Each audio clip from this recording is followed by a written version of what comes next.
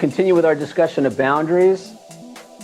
The rule in terms of choosing a boundary is what's needed in order to see ourselves as safe and or comfortable in specific situations or with specific people.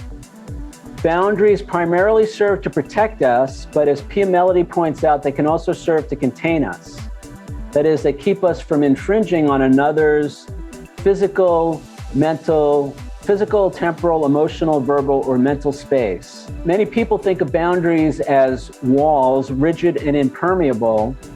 They can be depending on the situation, but for me, healthy boundaries are usually both flexible and permeable.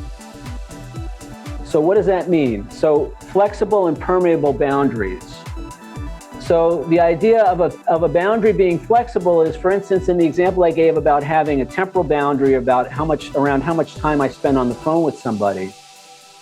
I can be flexible in that I may, if the conversation is going well, or if I feel like it's a good use of my time and it's serving me and it's serving them, I can extend the time for that call. It's not a rigid kind of thing. On the other hand, if the call is not going so well, I can curtail that call. And I've learned that for me, if the conversation is not working for me, I don't have to say, gosh, you're a jerk, or you're this or you're that. I don't have to do anything other than to say, gee, I've really enjoyed our time talking, but I've got to go. I've got something else I have to attend to right now. I hope to speak to you again soon. Thanks, it was great to connect. And then I get off the phone. I don't have to attack them. I don't have to make them wrong. And I make a mental note for the future that, when I'm going to talk to so-and-so, it's going to be even less time probably, unless it's safe for me, unless it's comfortable, safe, and is serving me and is serving them. So that's flexible. Permeable is when we can let information flow in and out through our boundaries. So it's not a complete wall. We can let information flow in. The example I give in the book is, it's a hypothetical example, but let's say you get called into your boss's office and the boss is telling you about a job opening in another division that might be of interest to you. But in the same conversation, he starts gossiping about a female coworker. So in that situation, we can let in the information that's helpful, that's pertinent, that's safe, but we don't have to accept the information that's not. And we can say something like, gee, thanks so much for the information on the job. I really appreciate that. I'll keep you posted. But I really don't feel comfortable talking about other people when they're not present. So I would prefer not to talk about so-and-so. And that's it. It doesn't have to be a big dramatic thing. You don't have to make them wrong. I don't have to go out and tell everybody that the boss was gossiping about a coworker or anything like that. So that, for me, is a flexible, permeable boundary. We let information in, but not all of it. We kind of assess the information. We take in what's reasonable, what's necessary, and we keep everything else out. We may also have a bottom line in terms of what's acceptable behavior in our interactions with others. A bottom line means that despite being flexible and open-minded, there are certain things that are just not okay. Now, again, the example I use in the book is we may have a bottom line in terms of our teenager living at home with us.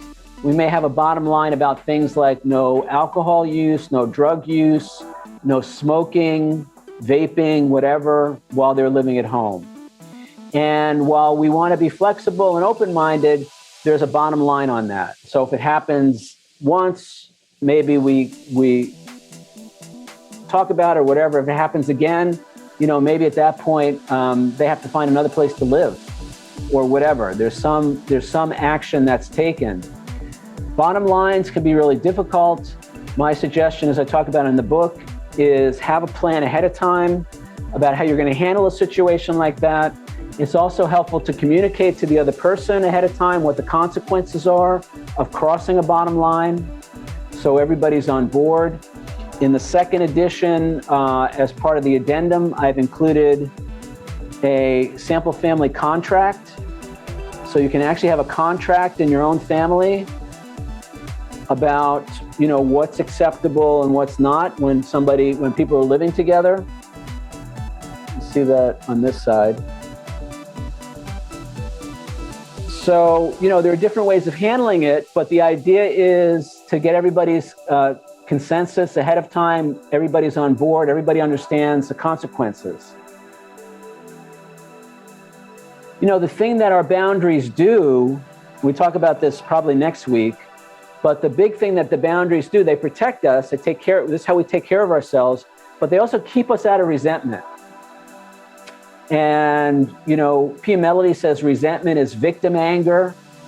The Big Book of Alcoholics Anonymous says resentment is the #1 offender. And, resentment ruins relationships, resentment causes heart disease, resentment has all kinds of ramifications for us. 22, our boundaries should be consistent.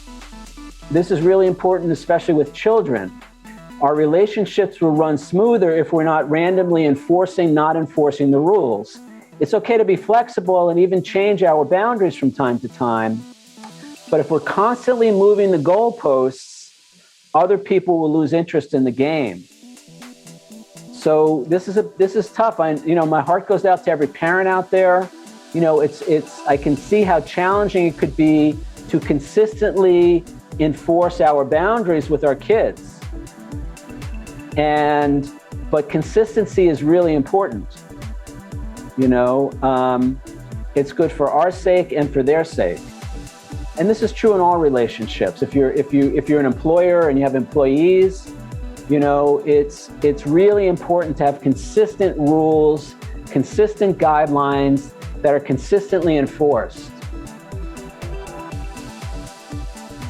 Continuing on here in the book, Pulling Your Own Strings, which was a recommended reading at one point in the workshop, the late Wayne Dyer says, we teach other people how it's okay to treat us. We let them know what's acceptable or not in terms of our relationship with them. Now, again, this is really, really important. And I actually give a very elaborate example in the book of how I trained when I was practicing law back in the day, I trained one of my clients how it was okay to treat me. And that included him being able to call me late at night at home. And, I recognized that I was the one who let him think that was okay. And as it began to annoy me more and more, I realized, I had to set a boundary with this person. And so there's a whole discussion in chapter 7 about that. But the bottom line is, whoever we're in relationship with, we teach them how it's okay to treat us. So it's our responsibility to be very clear in our communications, to be very direct in what's working for us and what's not working for us. Without attacking them, without making them wrong, without creating conflict, but stating, what's acceptable in terms of their behavior, what's acceptable in terms of our behavior towards them, that kind of thing. 24, it's my opinion, based on my experience, that the closer we are to someone, the more we need healthy boundaries with them. Emotional enmeshment, such as minding other people's business, feeling overly responsible for their emotional well-being, having a history of rescuing, saving, and enabling them, can all make setting healthy boundaries difficult, if not impossible. So again, this is kind of counterintuitive, but for me at least, the closer I am to someone, the more I need to have healthy boundaries with them. The more I think I love someone, the more I need to have clearly defined guidelines in our relationship. And the more I do that, the better the relationship gets, the more opportunity there is for intimacy, the more opportunity there is for closeness. It's kind of counterintuitive, but the healthier my boundaries are, the closer I can get to somebody.